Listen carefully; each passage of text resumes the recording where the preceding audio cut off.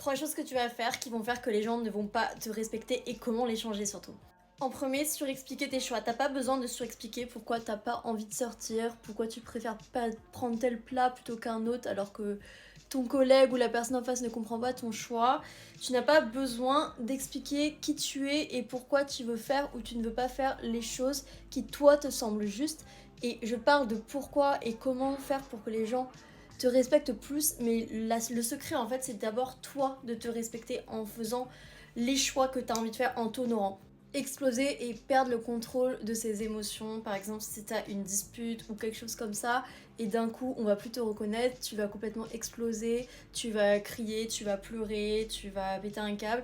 En fait je comprends, les émotions c'est tellement important de les vivre, mais il faut pas que tu te fasses submerger parce que quand tu te fais submerger en fait tu perds le contrôle de toi-même et toi-même tu perds une partie du respect que tu devrais avoir pour toi en tout simplement agissant pas comme si tu étais dans un état normal. Tu as le droit de ressentir de la colère, tu as le droit et la nécessité de poser des limites, mais il faut vraiment que tu apprennes à le faire d'une façon plus calme.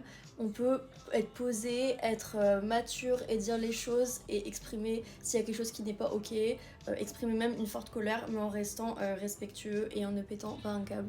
Rigoler quand on se fout ouvertement de toi avec des blagues qui ne sont pas drôles par exemple. Et toi, tu vas être là, tu vas réagir en rigolant aussi à la blague, parce que tous tes collègues, par exemple, ou tout ton groupe d'amis va rigoler à la blague qui est faite sur toi, alors qu'elle est pas drôle, qu'elle est méchante et qu'elle est gratuite. Tout simplement, il faut pas rigoler, il faut arrêter de rigoler aux choses qui sont pas drôles en fait. Quitte à passer pour une personne aigrie, c'est pas grave. C'est comme ça aussi que t'attireras les personnes qui sont bonnes pour toi. Donc si t'as tout ton groupe ou tout ton open space qui rigole à une blague te concernant, regarde-les, mets-les mal à l'aise et ne rigole pas, ne réponds pas et continue tes occupations. Je sens que quand je travaillais en agence de mannequinat, je travaillais avec des gens qui étaient beaucoup plus âgés que moi, qui avaient en général le double de mon âge, voire plus. Et quand on était assistant, on était un petit peu la personne qui se faisait bully quand on arrivait.